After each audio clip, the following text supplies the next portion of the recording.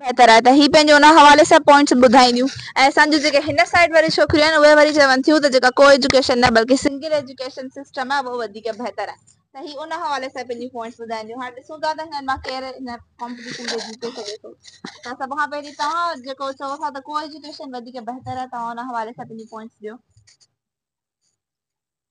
Friendly competition between boys and girls can push everyone to work harder and achieve more.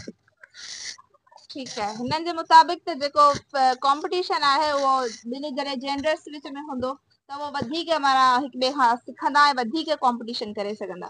तव्हां छा था चओ हिन बारे में? But I think students in single gender schools sometimes perform better academically because the environment caters to their needs. अच्छा त हिन अदीअ जे मुताबिक़ त जेको एनवायरनमेंट फ्रेंडली हूंदो छाकाणि त सेम जेंडर में माण्हू वधीक फ्रेंडली थी सघंदो अगरि गर्ल्स आहिनि त गर्ल्स खां वधीक फ्रेंडली हूंदियूं त उन करे ही सम्झनि थियूं त हिन लाइ जेका हुन सिंगल एजुकेशन माण्हू वधीक सिखंदो। तव्हां हिन बारे में छा था चओ?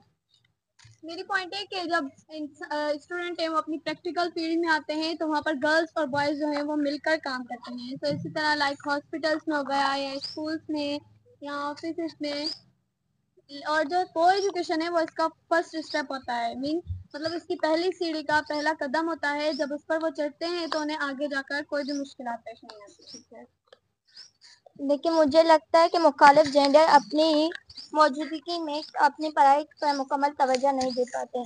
अच्छा हिननि जे मुताबिक़ त जॾहिं अपोज़िट जेंडर हूंदो आहे त हिक ॿिए खां डिस्ट्रैक्ट थींदा आहिनि मुख़्तलिफ़ तरीक़नि सां उनजे करे हीअ अदी चवे थी त न भले प्रैक्टिकल फील्ड में माण्हू गॾु हूंदो आहे पर घटि में घटि पढ़ाईअ वारे टाइम में डिस्ट्रैक्शन खां बचण जे लाइ असांखे अलॻि अलॻि हुजणु घुरिजे। तव्हां छा था चओ?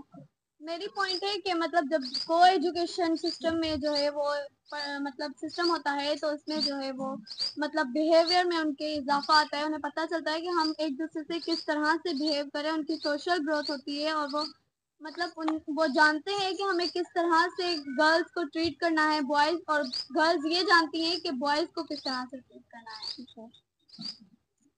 But I think students may feel safer and more comfortable with discussing sensitive topics without the presence of opposite gender.